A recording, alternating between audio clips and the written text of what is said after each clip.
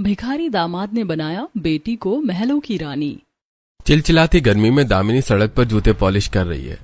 भैया, अरे ओ मोटरसाइकिल वाले भैया, आपके जूतों में मिट्टी लगी है, मैं आपके जूते पॉलिश कर दूं? 2 पैसों की कमाई हो जाएगी भैया। ठीक है। अंकित अपनी गाड़ी को टर्न करता है और दामिनी के पास लाकर रुकता है। फिर उसने अपने जूते पॉलिश करवाता है।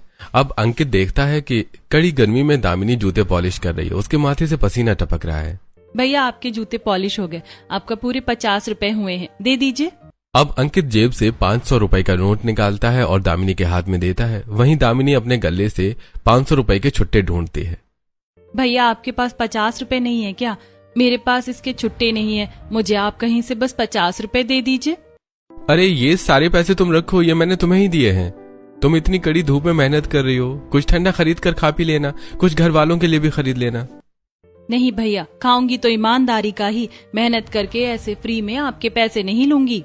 दूसरी तरफ उसी सड़क पर माथे पर फूल की टोकरी लिए घूमती एक औरत कहती है, बेटा ये कुछ नहीं लेगी, बड़ी खुददार लड़की है, मेहनत का ही खाना जानती है, फोकट का तो ये किसी का एक घूंट पानी भी नहीं पीती।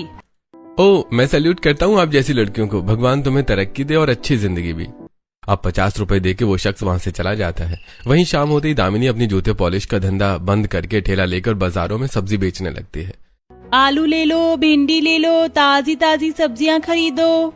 अब कुछ औरतें आती हैं और दामिनी के ठेले से ताजी ताजी सब्जियां खरीदती हैं। अब दामिनी की 900 रुपए से 1000 रुपए तक की कमाई हो जाती है। इसके बाद दामिनी एक घर में रात को काम करने जाती है। मालकिन, मैं आ गई, बता दीजिए क्या क्या काम है। क्या काम होगा, वही है, बर्तन और कुछ कपड़े हैं, फिर रात का खाना बनाना है, बस। अब दामिनी के शरीर पर पहले के कामों की थकावट थी, लेकिन चेहरे पर मुस्कुराहट अब भी बरकरार थी। ठीक है, मैं अभी कर देती हूँ। अब दामिनी फटाफट रसोई में जाकर बर्तन धोती है, खाना बनाती है, झाड़ू लगाती है, फिर कपड़े धोकर कपड़े सुखाती है और फिर मालकिन से पैसे लेकर उन्हें अलविदा करके वहां से निकल जाती है। दरअसल दामिनी की माँ ब्लड शुगर जैसी गंभीर बीमारी से ग्रसित थी और उन्हीं की हैवी दवाइयां और अपने छोटे भाई बहन जो अभी कॉलेज में पढ़ रहे हैं, उन सबकी फीस भरने के लिए पैसे इन्हीं सब कामों को करके जोड़ती है। अब रात को दामिनी घर आती है। दीदी आ गई, मम्मी, दीदी आ गई। दीदी आप आ गई, हम लोग आपका इंतजार कर रहे थे। दीदी देखो, आज मैंने चूल्हा जलाकर रोटी और सब्जी बना ली है, आपको ज्यादा मेहनत नहीं करनी पड़ेगी, आप हाथ मुंह धो लो, मैं खाना लगा देती हूँ। अरे तूने ये सब क्यों करा? तेरी परीक्षा आने वाली है। अरे दीदी, अगर हम पढ़ाई कर रहे तो इसका मतलब क्या, हम आपकी जरा भी मदद नहीं कर सकते। अब दामिनी खटिया पर जाकर अपनी माँ के पास बैठती है। वहीं उसकी माँ अपने आंचल से दामिनी के माथे का पसीना पोंछती है। मेरी बच्ची कड़ी धूप गर्मी में मेहनत कर रही है, कितनी बेसहारा हो गई मेरी बच्ची, कोई मदद करने वाला नहीं है, सारी जिम्मेदारियां मेरी बच्ची के ऊपर आ गई हैं। ऐसी किस्मत तो भगवान किसी लड़की को ना दे। मैं ऐसा क्यों कहती हूँ, बल्कि मैं तो खुश हूँ कि मैं आप लोगों की सेवा करती हूँ, अपने पापा की जगह ले चुकी हूँ। थोड़ी तकलीफ ही सही, पर खुशी बहुत मिलती है। दामिनी मुस्कुरा रही होती है, लेकिन इस मुस्कुराहट के पीछे की तकलीफ उसकी माँ को साफ नजर आ रही होती है। रहने दे बेटी, मैं जानती हूँ कि तू सभी तकलीफ हमसे छुपा कर रखती है, लेकिन अगर हमारे साथ वो बड़ा हादसा ना हुआ होता तो आज हम ये बुरे दिन नहीं देख रहे होते। मुझे आज भी याद है जब हमारे घर पर दुखों का पहाड़ टूटा था। चिलचिलाती गर्मी में कर्क रोग से ग्रसित दामिनी के पिता खटिया पर लेटे हैं और उनके मुंह से खून की उल्टी हो रही है। परिवार बेबस है, उनकी आंखों में आंसू और लाचारी है। पापा आप ठीक तो है ना? माँ, हमने तो इतना इलाज कराया पापा का, लेकिन फिर भी पापा के मुंह से खून आ रहा है। माँ, पापा उठो ना, माँ पापा को क्या हो गया? पापा उठिए ना। पापा आपको क्या हो गया? मम्मी, पापा के मुंह से खून क्यों आ रहा है? अरे चंचल, अपनी आंखों के आंसू पोंछो। मैं जानता हूँ मैं बड़े संकट में तुम लोगों को छोड़कर जा रहा हूँ, लेकिन अब तुम्हें इस परिवार को संभालना है। ऐसा मत कहिए, मैं आपके बगैर नहीं रह पाऊंगी। रुकिए, मैं लोगों से मदद मांगूंगी, आपको कुछ नहीं होगा। अब गरीब चंचल अपनी बेटी दामिनी को लेकर सड़क पर अमीर घरों के दरवाजे खटखटाती है। एक शख्स अपने घर का दरवाजा खोलती है। हाँ बताइए, क्या काम है? इस कड़कती गर्मी में आप इतनी तेजी से हमारा दरवाजा क्यों पीट रही हैं? जी, मुझे आपकी मदद की बहुत जरूरत है, आप लोग तो पैसे वाले हैं, आप मुझे कुछ पैसे दे दीजिए। मेरे पति के मुंह से खून आ रहा है, उन्हें कर्क रोग है, मुझे उन्हें अस्पताल लेकर जाना है। क्या कहा कर्क रोग? बाप रे, ऐसी बीमारी का नाम भी क्यों ले लिया हमारे आगे। चलो निकलो, कोई पैसे नहीं है हमारे पास और दोबारा इन सब चीजों के लिए पैसे मांगने हमारे घर पर मत आना। अरे नहीं, ऐसा मत कहिए, आपके पास करोड़ों रुपए हैं लेकिन आप हम गरीब की मदद नहीं कर रही हैं। अरे तो तुम गरीबों के लिए पैसा थोड़ी जोड़ रहे हैं हम। जाओ सरकारी अस्पताल में लेकर जाओ तुम अपने बाप को, तुम गरीबों के लिए वही अस्पताल बना है। इतना कहकर सुमित्रा दामिनी और चंचल के मुंह पर दरवाजा बंद कर देती है और अब जब वो निराश होकर घर लौटती है तो राजू मीनू अपने पिता के सीने पर सिर रखकर रो रहे होते हैं और उसके पिता ने दम तोड़ दिया होता है। नहीं नहीं नहीं, ऐसा नहीं हो सकता, भगवान तूने ये ठीक नहीं किया। दामिनी देख, तेरे पिता हमें अकेला छोड़कर चले गए। अब दामिनी, जिसकी उम्र अभी 22 साल है, वो ये दर्दनाक मंजर देखकर अंदर ही अंदर टूट जाती है। लेकिन वो इस दिन ये भी समझ जाती है कि अब कैसे भी करके उसे ही अपने इस गरीब परिवार को पालना है। माँ, बुरे दिनों को क्यों याद कर रही हो? आपको तो खुद भी अभी ब्लड शुगर हो रहा है। ये खुद एक जानलेवा बीमारी है। अगर आपने टाइम से दवाई नहीं खाई तो आपके शरीर का खून पानी बन जाएगा और फिर मैं आपके लिए कुछ नहीं कर पाऊंगी। और माँ, मैं आपको खोना नहीं चाहती। अब तो पागल है क्या? क्या क्या सोचती है? ऐसा कुछ नहीं होगा। मैं समय से दवाई खाऊंगी। आखिर मेरी बेटी हम लोगों के लिए इतनी मेहनत कर रही है। अब इसी तरह कुछ हफ्ते गुजरते हैं और एक दिन गरीब दामिनी सड़क पर जूते पॉलिश कर रही होती है कि तभी उसके सामने एक बड़ी लग्जरी गाड़ी आकर रुकती है। उस गाड़ी से एक रईस आदमी बाहर निकलता है। बेटी, जरा मेरे ये जूते पॉलिश कर दो, बहुत धूल जम गई है इसके ऊपर। जी मैं अभी कर देती हूँ। अब दामिनी जूते पॉलिश कर रही होती है और उसके माथे से टप टप पसीना टपक रहा होता है और एक बूंद पानी का उस रईस आदमी के जूते पे जाकर गिरता है। ये देखकर वो रईस आदमी फौरन अपने जूते को पीछे करता है। रहने दो बेटा, ये हो गया बस, ठीक है, कोई नहीं, जितना साफ होना था हो गया। अच्छा ये लो, पैसे लो। अब वो अमीर शख्स 500 रुपए के नोटों की मोटी गड्डी निकालकर दामिनी के हाथ में देता है। दामिनी पैसे देखकर घबरा जाती है। अरे ये क्या कर रहे हैं आप? इतने पैसे नहीं हुए इस मामूली से जूते पॉलिश के, मुझे तो बस 50 रुपए चाहिए। अरे कोई बात नहीं बेटी, तुम बहुत मेहनत कर रही हो, तुम इसे रखो, तुम इसके हकदार हो। नहीं, मैं हकदार नहीं, अपने ईमानदारी के पैसे की हूँ। ये तो नाजायज है, मैं नहीं लूंगी इसे। बेटा रख लो, कुछ खरीद लेना अपने लिए, अपने परिवार के लिए। तुम इतनी मेहनत कर रही हो, इन पैसों से तुम्हें कुछ महीने तक की राहत मिल जाएगी।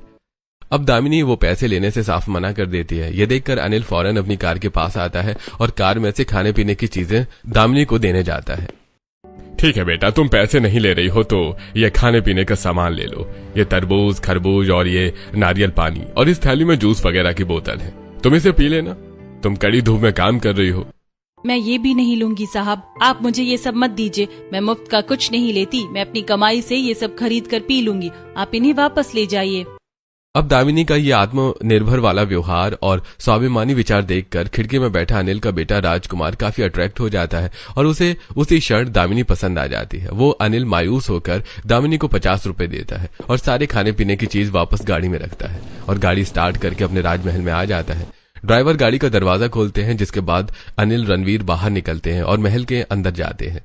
महल अंदर से काफी खूबसूरत होता है। अब महल के नौकर चाकर रणवीर को देखकर उन्हें ठंडा पानी का ग्लास लाकर देते हैं। छोटे मालिक, पानी पी लीजिए। अरे बड़े मालिक, आप भी पानी पी लीजिए। अब लग्जरी सोफे पर बैठकर अनिल और रणवीर पानी पीते हैं। तभी वहां पर रणवीर की मां कलावती और उसकी छोटी बहन राधिका आती है।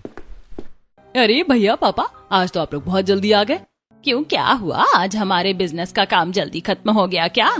हाँ, आज ज्यादा कुछ काम था नहीं, सब वर्कर्स ने ही संभाल लिया था। रणवीर, क्या हुआ बेटा, तुम बड़े शांत हो, कुछ बोल नहीं रहे हो, कहाँ खो गए तुम?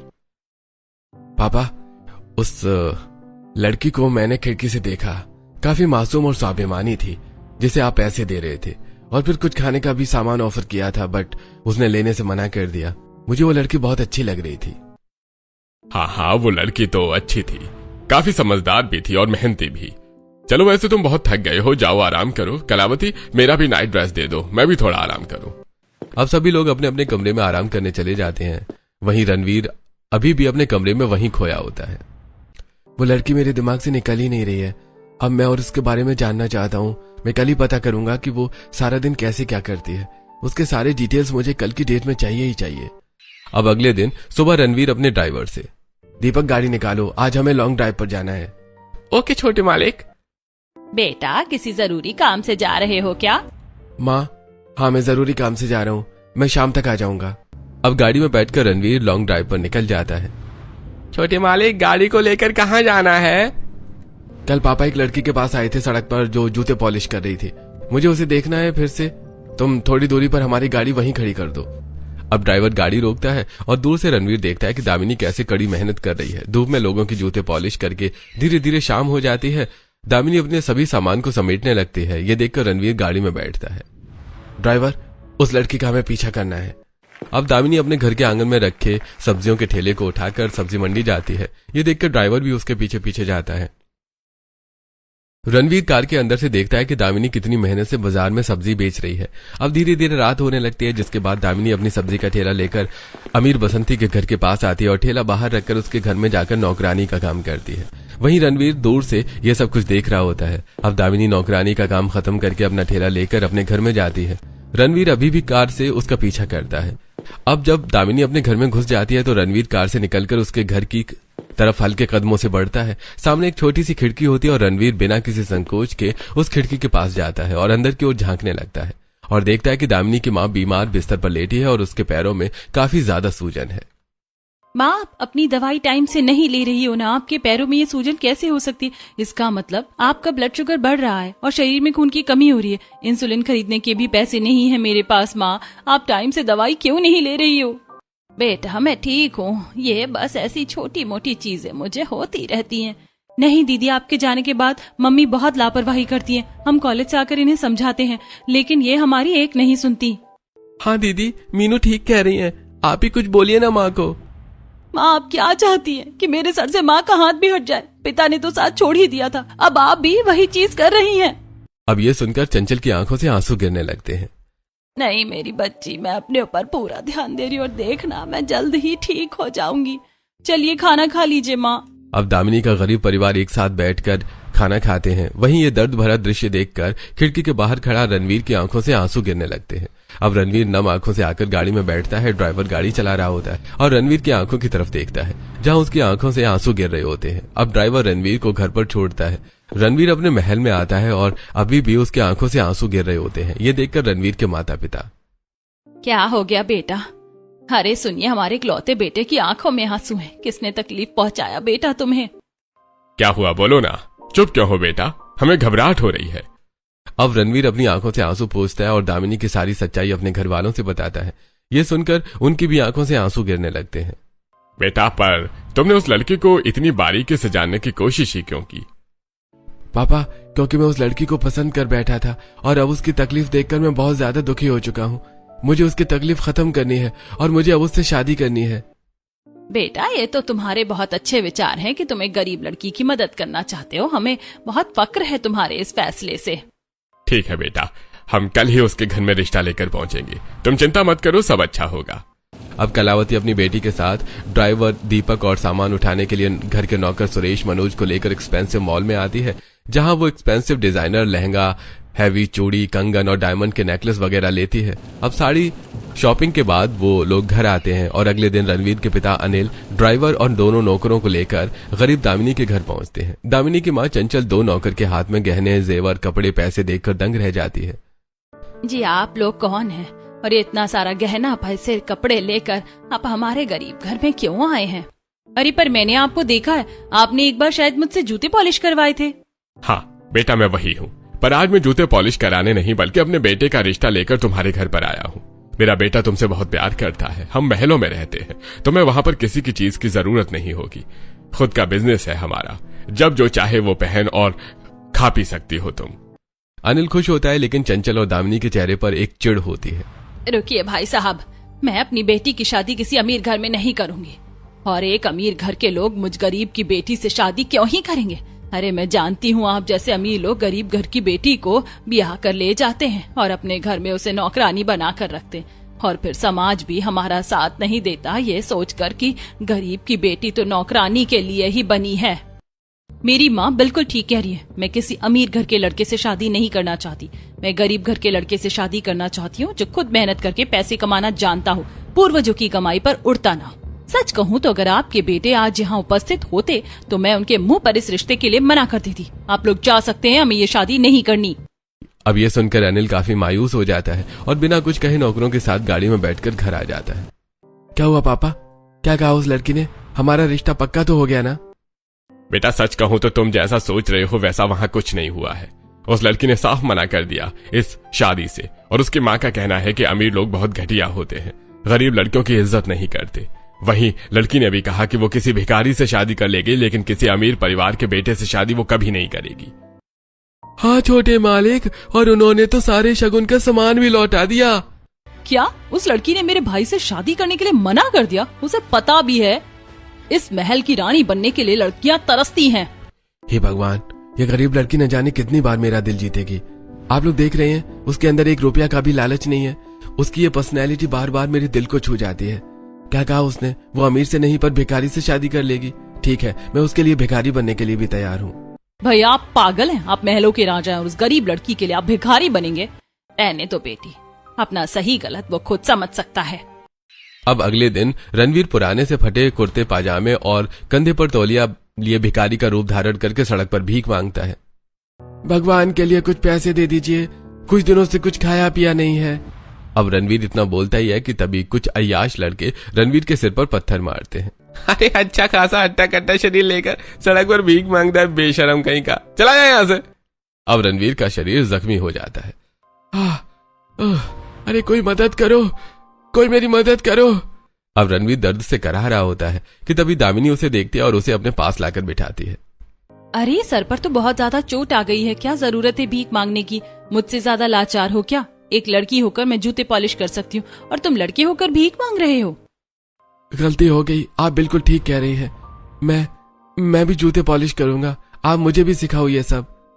पहले तुम घर चलो, मैं पहले तुम्हारी मलहम पट्टी कर दूं। माता पिता हैं घर पर? जी, वो लोग गांव में हैं और मैं भीख मांगकर पैसे जोड़कर उन्हें गांव में ही पैसे भेजता हूँ। वहीं दूर से रणवीर के पिता अपने बेटे को तकलीफ में देखकर काफी दुखी हो रहे होते हैं। वहीं ये सब सुनकर दामिनी रणवीर को अपने साथ अपने घर लेकर आती है और फिर उसके सिर पर मरहम पट्टी लगाती है, फिर उसे रात का खाना खिलाती है। बेटा जख्म तो बहुत गहरा है, कुछ दिन यहीं रुको, जख्म ठीक हो जाए तो चले जाना। जी, मैं कल दामिनी जी के साथ ही जाकर जूते पॉलिश करूंगा और पैसे कमाऊंगा। अब अगले दिन रणवीर दामिनी के साथ सड़क पर जूते पॉलिश करता है। आइए आइए, 50 रुपए में जूते पॉलिश करवाइए। जूते ऐसे चमकाऊंगा कि शीशे से भी ज्यादा साफ चेहरा आपको जूते में दिखेगा। आइए आइए।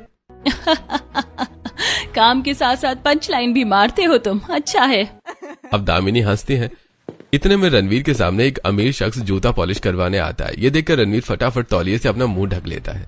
अरे ये क्या, तुमने अपना मुंह क्यों छुपा लिया? अब मुंह ढककर तुम जूते पॉलिश कैसे करोगे? अरे अब मैं इसे कैसे बताऊं कि ये मेरे पापा का दोस्त है। जी, वो धूप पड़ रही है आंखों में, मैं ऐसे ही करता हूँ ना पॉलिश। अब इसी तरह दोनों जूते पॉलिश करते हैं। अब शाम को दामिनी सब्जियों का ठेला लेकर सब्जी मंडी जा रही होती है। जी, मैं भी आपके साथ चलूं? इसी तरह 2 पैसे मैं भी एक्स्ट्रा कमा लूंगा। हाँ ठीक है, चलो, मुझे कोई दिक्कत नहीं है। मुझे तो मेहनत करने वाले लोग बहुत पसंद है, और फिर भीख मांगने से तो अच्छा है कि तुम मेहनत करो। अब दामिनी के साथ रणवीर उसी के ठेले पर मिलकर सब्जी बेचता है कि तभी महल में आने जाने वाले वर्कर पर रणवीर की नजर पड़ती है और रणवीर फौरन मुंह ढककर ठेले के नीचे बैठ जाता है। अरे कहाँ गायब हो गए? उठो, सब्जियां नहीं बेचनी क्या? जी, मेरे पैरों में किसी कीड़े ने काट लिया है। अब कुछ देर बाद रणवीर खड़ा होता है और सब्जियां बेचता है, और फिर सबके बाद सब्जी का ठेला लेकर दामिनी घर की ओर जाती है। सुनो, तुम ये ठेला लेकर मेरे घर चले जाओ, मुझे अभी एक औरत के घर जाकर नौकरानी का काम भी करना है। ठीक है। अब रणवीर ठेला लेकर दामिनी के घर आता है। उसकी माँ उसे प्यार से खाना खिलाती है, और जब दामिनी आती है तो दामिनी देखती है कि घर का माहौल काफी अच्छा है। रणवीर घर में सबको हंसा रहा है। आप सच में बहुत फनी हैं। हाँ, आप तो बड़े अनोखे जोक मारते हैं। सच में? अब इसी तरह कुछ हफ्ते गुजरते हैं और धीरे धीरे रणवीर और दामिनी की नजदीकियां बढ़ने लगती हैं, जिसे देखकर एक दिन चंचल कहती है, बेटा तुम काफी समझदार और सुलझे हुए लगते हो। बेशक से गरीब भिखारी हो, पर मुझे लगता है कि मेरी बेटी तुम्हारे साथ खुश रहेगी, क्योंकि इसने हंसना बोलना सब तुम्हारे साथ रहकर ही सीखा है। जी, मैं तो इस रिश्ते से तैयार हूँ, और शायद दामिनी जी भी। हाँ, मैं भी तुमसे शादी करने के लिए तैयार हूँ, क्योंकि मुझे तुम्हारे जैसे मेहनती लोग पसंद है। पर तुम्हारे माँ बाप जो गाँव में है, उनका क्या? जी, मैं पहले शादी कर लूं, उसके बाद उन्हें भी बता दूंगा। या तो गांव से उन्हें यहीं बुला लूंगा, फिर किराए के घर में हम साथ साथ रह लेंगे। ठीक है बेटा, कोई बात नहीं, दोनों मेहनत करके एक दिन अपना घर भी ले लेना। इंसान का अगर दिल साफ हो तो अमीरी गरीबी नहीं देखी जाती।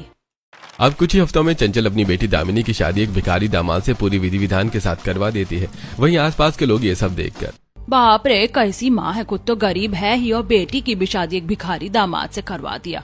सच में कम से कम बेटी की शादी तो अच्छे घर में करती। अब ये भिखारी दामाद अपने साथ साथ इसको भी भिखारी बना कर रखेगा। पसंद भी आया तो भिखारी दामाद। अरे लानत है इस शादी पर। अब दामिनी शादी करके रणवीर के साथ अपने ससुराल के छोटे से घर में आती है, जहां रणवीर की माँ सादी सूती साड़ी पहने हुए अपनी बहू का गृह प्रवेश करवाती है। आओ बहू, इस कलश को दाएं पैर से गिराकर घर के अंदर प्रवेश करो। अरे रणवीर, तुम्हारी माँ कब आई? पापा जी कहाँ हैं? अरे मैंने अपनी माँ और बहन को बुला लिया था, आखिर गृह प्रवेश की रस्म ही तो करनी थी ना, बाकी पापा बाद में आएंगे। अब मुस्कुराकर दामिनी कलश गिराती है और घर के अंदर प्रवेश करती है। जाओ बहू, तुम दोनों आराम कर लो।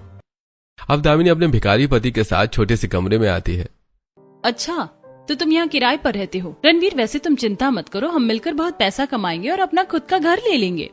हाँ बिल्कुल, हम बहुत मेहनत करेंगे, पर फिलहाल आराम कर लेते हैं। अब दोनों पति पत्नी आराम करते हैं। अगले दिन सुबह दामिनी सिंपल साड़ी में अपने सास के पैर छूती है। मम्मी जी, खाने में क्या बनाऊं? बहू, थोड़ी मोड़ी सब्जी होगी रसोई में, उसी से कुछ बना लो। अब दामिनी छोटे से रसोई में आती है, जहाँ कुछ सब्जियां रखी होती हैं। दामिनी उन्हीं से सब्जी रोटी बनाकर तैयार करती है और फिर घर में चटाई बिछाकर सभी का खाना निकालती है कि तभी दामिनी की नंद गुस्से से चिड़चिड़ करते हुए कहती है, ये सब क्या है माँ? भाई आप लोग जानते हैं ना, मैं ये सब नहीं खाती। ये क्या आलू की सब्जी और सूखी रोटी बना दी है इन्होंने। मुझे तो। बेटी, शांत हो जाओ। राधिका प्लीज, कुछ भी ऐसा मत कहो या शो करो जिससे चीजें खराब हो। क्या खराब होगा रणवीर? और तुम गुस्सा क्यों कर रहे हो? सुनो, तुम बताओ राधिका, तुम क्या खाती हो? मैं वही बना दूंगी। रहने दीजिए, मैं यही खा लूंगी।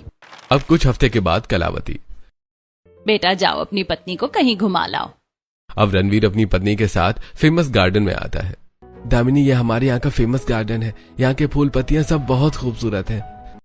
हाँ सचमुच, यहाँ पर कितने अनेक प्रकार के फूल लगे हुए हैं, खुशबू भी काफी प्यारी सी आ रही है यहाँ। अब दामिनी इतना बोलती है कि तभी रणवीर एक पेड़ के पीछे जाकर छुप जाता है। अरे मेरे दोस्त यहाँ क्या कर रहे हैं? अरे रणवीर, ये क्या है? तुम बार बार छुपने क्यों लगते हो? तुम्हें मेरे साथ कोई दिक्कत है क्या, या कुछ और बात है? अरे नहीं कुछ नहीं, अब बस ऐसे ही। अब रणवीर वहां से बच जाता है, लेकिन जब वो पूरे दिन घूमकर रात को अपने घर जा रहा होता है कि तभी कुछ लोग आकर उसे चारों तरफ से घेर लेते हैं। अरे रणवीर सर, आप यहाँ और ऐसी हालत में? अरे कैसे भी हालत हो, रणवीर जी तो हमेशा हीरो ही लगते हैं। अरे राजा है वो, राजा। अब जब भीड़ खत्म होती है तो दामिनी रणवीर का हाथ पकड़कर कहती है, रणवीर, तुम मुझसे कुछ छुपा रहे हो क्या? ये लोग तुम्हारी तस्वीर क्यों खींच रहे थे? आखिर एक भिखारी को वो राजा क्यों बता रहे थे? क्या तुम्हारा कोई और भी अस्तित्व है? रणवीर सच बताओ, तुम चुप क्यों हो? अब रणवीर की आंखें नम हो जाती हैं और वो दामिनी का हाथ पकड़कर उसे अपने घर लेकर आता है। माँ, समय आ गया है कि हम दामिनी को वो सच बता दें जो अब तक हमने उससे छुपा रखा था। कैसा सच? आप लोगों ने मुझ गरीब से क्या छुपा रखा है? मुझे बहुत घबराहट हो रही है। घबराओ मत बहू, हमारे साथ चलो। अब कलावती, रणवीर, राधिका तीनों ही मिलकर दामिनी को राजमहल के अंदर लेकर आते हैं, जहाँ अनिल पहले से उपस्थित होता है। अरे आप तो वही हैं जो मेरे घर रिश्ता लेकर आए थे। ये सब क्या है? दामिनी, ये मेरे पिता है जो मेरा रिश्ता लेकर तुम्हारे घर में गए थे, और मैं इस महल का राजा हूँ। लेकिन जब मुझे पता चला कि तुम किसी अमीर लड़के से शादी नहीं करना चाहती हो, तुम्हें गरीब लोग पसंद हैं, तो मैंने उसी दिन ये महल छोड़कर तुम्हारे लिए भिखारी बनने का फैसला लिया ताकि मैं तुम्हें पा सकूं। अब रणवीर की आंखों में यह प्यार देखकर दामिनी उसके कदमों में गिर जाती है। रणवीर, तुमने बस मुझे पाने के लिए अपना ये महल छोड़ दिया। हे भगवान, मुझ गरीब से इतना प्यार। मैं तो खुश नसीब हूँ जो मुझे तुम्हारे जैसा पति मिला है। इतना प्यार मुझे नहीं लगता कि आज के टाइम पर कोई किसी से करता है। बहू, आंसू पोंछो। मेरी रानी बहू की आंखों में आंसू नहीं देख सकती मैं आरती की थाली लेकर आती हूँ। कलावती उस महल में दामिनी का गृह प्रवेश करवाती है, जिसके बाद राधिका एक लग्जरी कमरे में आलीशान शीशे के सामने अपने हाथ से अपनी गरीब भाभी को एक्सपेंसिव साड़ी और डायमंड के गहने पहनाती है। भाभी, आप इस घर की रानी है और रानी असलियत में ऐसी दिखती है, खूबसूरत, बिल्कुल आपकी तरह। सच में मैं तो बहुत खूबसूरत लग रही हूँ। अब जब दामिनी तैयार होकर नीचे आती है तो नौकर चाकर डाइनिंग टेबल पर उसके लिए 56 भोग परोस कर रखते हैं। आओ दामिनी, साथ में बैठकर खाना खाते हैं। अब दामिनी नौकर चाकर को देखकर हैरान रह जाती है और फिर वो आलीशान डाइनिंग टेबल पर बैठकर अपने परिवार वालों के साथ स्वादिष्ट पकवान खाती है। पकवान बहुत स्वादिष्ट है माँ जी। शुक्रिया रानी जी। क्या कहा? रानी? अरे सच में मैं इस महल की रानी हूँ? हाँ दामिनी, तुम इस महल की इकलौती रानी हो। बहू, कल हम लोग एक साथ घूमने जाएंगे, ठीक है माँ जी? अब अगले दिन कलावती अपनी बहू के लिए मेकअप आर्टिस्ट बुलाती है, जो उसे खूबसूरत ड्रेस पहनाकर स्टाइलिश मेकअप करती है। और फिर जब तैयार होकर दामिनी घर से बाहर निकलती है तो करोड़ों लोग उसकी फोटो खींचने वहां आ जाते हैं। अरे भैया, इस महल की रानी देखो कितनी खूबसूरत है, कितनी प्यारी लग रही है रानी जी। सच में रानी जी, आप तो बहुत प्यारी लग रही हैं। अरे भाई रानी जी, मैं आपके साथ एक तस्वीर खिंचवा लूं क्या? हाँ हाँ जी, बिल्कुल आइए। अब दामिनी तस्वीर खिंचवाती है, बगल में उसका पति भी खड़ा होता है। अब जब कुछ देर बाद भीड़ खत्म होती है तो दामिनी ने एक बड़ी सी गाड़ी में बैठकर अपने पति के साथ एक लग्जरी मॉल में आती है, जहां पर उसे सभी लोग खूबसूरत महंगी ड्रेस दिलवाते हैं। भाभी जी, आपको ये ड्रेस पसंद तो है ना? जी, ये बहुत सुंदर है। मैंने तो आज से पहले कभी पहनी भी नहीं है ऐसी ड्रेस। कोई बात नहीं बहू, आज से तुम यही सब पहनोगी। अब इसके बाद दामिनी एक बहुत एक्सपेंसिव रेस्टोरेंट में आती है, खाना खाती है और फिर कुछ देर बाद कार से घर आ जाती है। अब अगले दिन दामिनी खुद अपनी लग्जरी रसोई में जाती है और अपने हाथ से हलवा बनाती है। अरे बहू, नौकर तो हैं, फिर तुम क्यों कर रही हो ये सब? मुझे तुमसे कुछ नहीं करवाना, इसीलिए मैंने तुमसे पहली रसोई भी नहीं करवाई। जी माँ जी, पर मुझे आप लोगों को अपने हाथ से कुछ खिलाना है। अब दामिनी बड़े ही प्यार से सबको बादाम का हलवा बनाकर खिलाती है। इसी तरह कुछ हफ्ते गुजरते हैं और अभी एक दिन दामिनी का अपनी माँ से मिलने का मन करता है और वो अपने पति के साथ महंगी गाड़ी में बैठकर अपनी गरीब माँ के घर आती है। अरे बेटी, तू यहाँ? तेरा तो रहन सहन ही बदल गया। तू इस बड़ी गाड़ी से आई है? इतनी बड़ी गाड़ी तुम्हारे पास कैसे आई? मैंने तो तेरी शादी भिखारी आदमी से करवाई थी ना। अब दामिनी सारी सच्चाई अपनी माँ से कहती है। माँ, हर अमीर इंसान की सोच घटिया नहीं होती और रणवीर जी तो बहुत अच्छे इंसान हैं। हाँ, अच्छा है, तभी तो मेरी बेटी को पाने के लिए इसने अपना राजमहल छोड़ दिया था। आओ दामाद जी, अंदर बैठो। अब चंचल अपने दामाद को खाना पीना खिलाती है। अब अगले दिन रणवीर बड़े ही प्यार से दामिनी की गरीब माँ और उसके दोनों भाई बहन को अपने महल में लेकर आता है। सभी लोग दामिनी का महल देखकर हैरान रह जाते हैं। चारों तरफ लग्जरी फर्नीचर, दीवार पर आलीशान तस्वीरें और छत पर एक शानदार झूमर लटक रहा होता है। दीदी, आप इस महल की रानी हो? रानी, मुझे तो विश्वास नहीं हो रहा है। अरे दीदी, आपकी तो किस्मत ही चमक गई महल की बहू बनकर। कलावती जी, मुझे तो विश्वास नहीं हो रहा अपनी बेटी की किस्मत पर। सोचा था एक भिखारी दामाद से शादी करवा रही हूँ तो पता नहीं कैसी जिंदगी कटेगी उसकी, लेकिन इस भिखारी दामाद ने तो मेरी बेटी को महलों की रानी बनाकर रखा है। चंचल जी, आपकी बेटी बहुत भाग्यशाली है और दिल की साफ है, इसीलिए भगवान ने उसको महलों की रानी से नवाजा है। और अब समय आ गया है कि हम आपके लिए भी कुछ करें। आखिर आपने अपनी इतनी खूबसूरत बच्ची हमें दी है। अब दामिनी के अमीर ससुराल वाले दामिनी की गरीब माँ को भी एक सुंदर घर बनाकर देते हैं और उसका भी खर्चा पानी उठाते हैं, जिससे दामिनी की गरीब माँ की जिंदगी भी बेहतर हो जाती है। वहीं पड़ोस के लोग अभी ये सब देखकर, बाप रे, हम लोग तो सोच रहे थे कि चंचल ने अपनी बेटी की जिंदगी खराब कर दी भिखारी दामाद से शादी करके, लेकिन इसकी बेटी तो महलों में रानी बनकर राज कर रही है। सच में इस भिखारी दामाद ने तो गरीब की बेटी को महलों की रानी बनाकर रखा है। अब इस दिन के बाद से दामिनी अपने महल में खुशहाल जिंदगी बिता रही होती है।